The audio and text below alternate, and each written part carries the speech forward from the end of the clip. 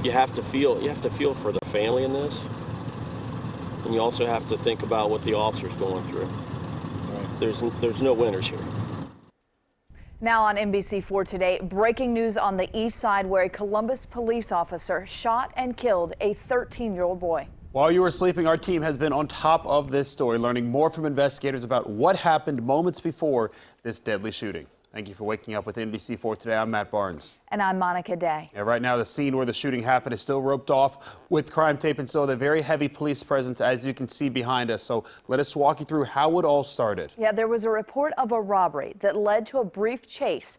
Then there was a shooting that was near East Broad Street just before 8 o'clock last night. Now, police have been in that area all night, collecting evidence, taking pictures, and also questioning witnesses. And our crews have also been out there speaking with detectives throughout the night. And we begin our team coverage this morning with Hattie Hawks. She just got off the phone with police. She's live with new information about what led up to the shooting.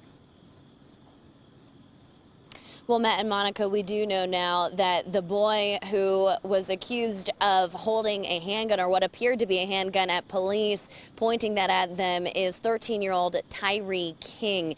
He was also reported to have the same description as a person suspected in an armed robbery earlier in the night. Now, officers say when they got on scene, it was around 8 o'clock last night. We do have video of that scene.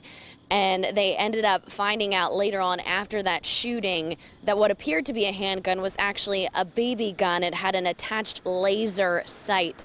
Now, this all came in, like you said, as an armed robbery. The victim of that robbery told police that there were several people involved. One of them had a gun and demanded money. Officers say that they ended up finding 3 people who matched the description on Hoffman Street. And when they approached them, 2 of them took off. When they tried taking them into custody, that's when they say that King pulled what appeared to be a handgun from his waistband. One officer shot him several times, and they later found out that it was that BB gun.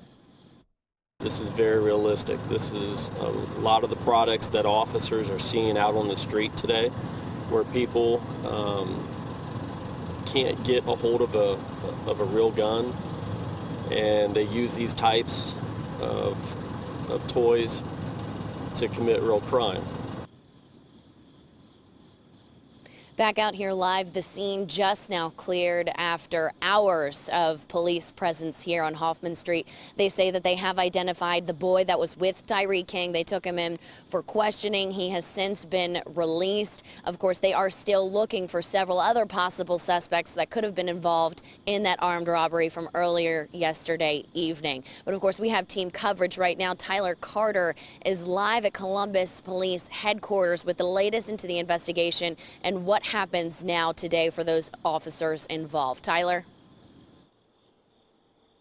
Hattie, first I want to tell you a little bit about that officer who fired those shots. He was a 9-year veteran on the force. Police say he recently transferred to that zone where the shooting happened. Columbus police say as in all officer-involved shootings, the officer will receive mandatory psychological counseling.